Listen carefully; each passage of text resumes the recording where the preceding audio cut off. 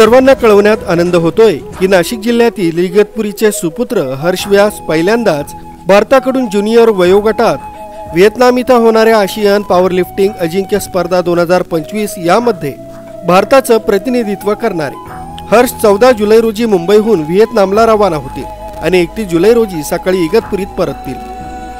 आपल्या पहिल्या ज्युनियर वयोगटातील सामन्यात भारताचं प्रतिनिधित्व करीत आहे।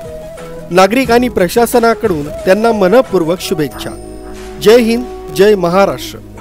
न्यूज 7 मराठीकडून हार्दिक शुभेच्छा।